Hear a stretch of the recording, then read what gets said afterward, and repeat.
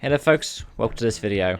And before I get into the content at hand, I will give you a warning that I'm going to be talking about some major motorsport crashes today, some of which were fatal. This video is on Pocono. After last weekend's race there, involving a massive pile-up on lap 1, where Takuma Sato, James Hinchcliffe, Ryan Hunter-Ray, Alexander Rossi and Felix Rosenqvist ended up in a massive pile-up, with Rosenqvist ended up in the catch fencing, fresh questions have been asked over whether or not Pocono should remain on the calendar.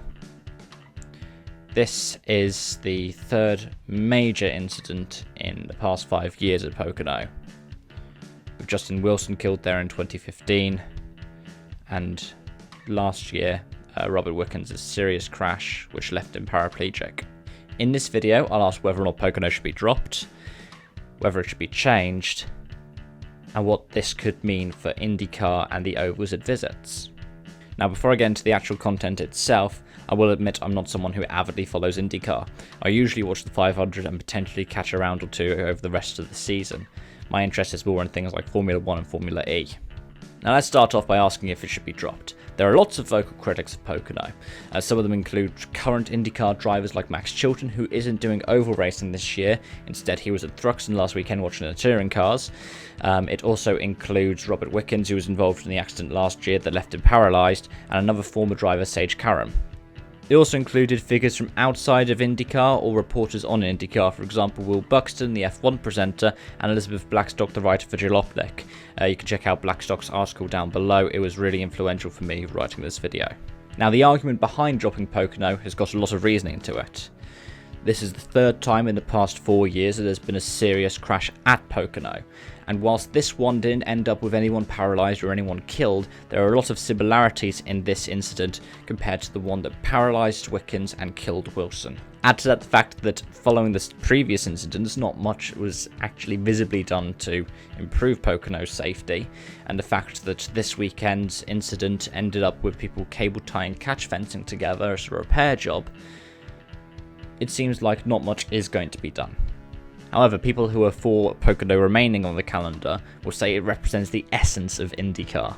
They'll say that Pocono is an older circuit, which means it should be treated differently to the newer ones. It carries a little bit of a different atmosphere as well over the course of the race weekend, and in addition to that, motorsport is supposed to be dangerous. It's supposed to be people pushing themselves to their limits.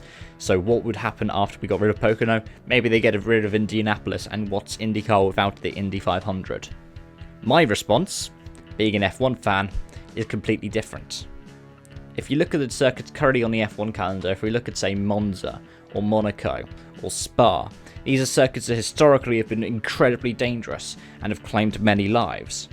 However, F1 has always looked to improve its safety, both on the side of the cars, but also on the side of the tracks, and it means that we end up with a safe sport like we have today.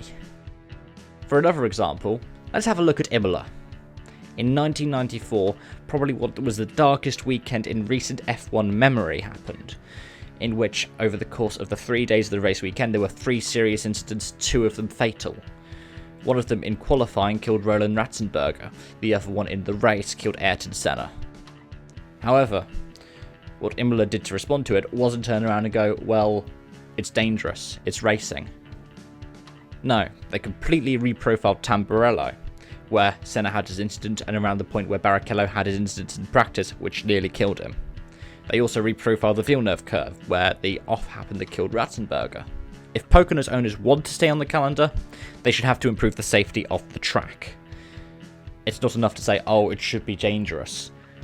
It should also be safe enough that we're not going to see drivers paralysed or killed in accidents. However, I also believe it's a false equivalency to say, well, Pocono is too dangerous. What about Indy? That's probably dangerous. There have been a lot of fatal accidents there as well.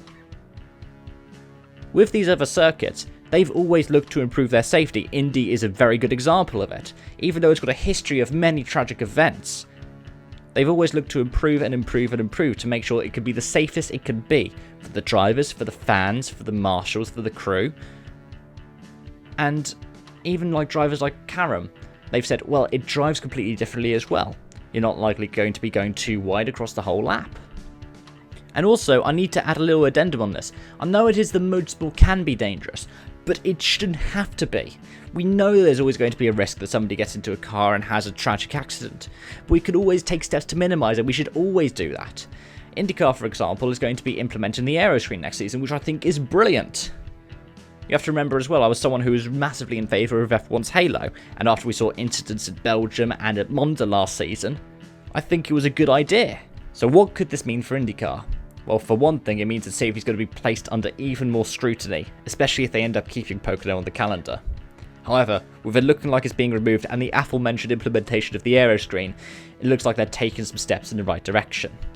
Of course, fans are going to be annoyed. They always are. You can't please everyone. However, the fans that are going to be annoyed by this are also probably the same kind of people who think Santino Ferrucci did nothing wrong in his time in F2.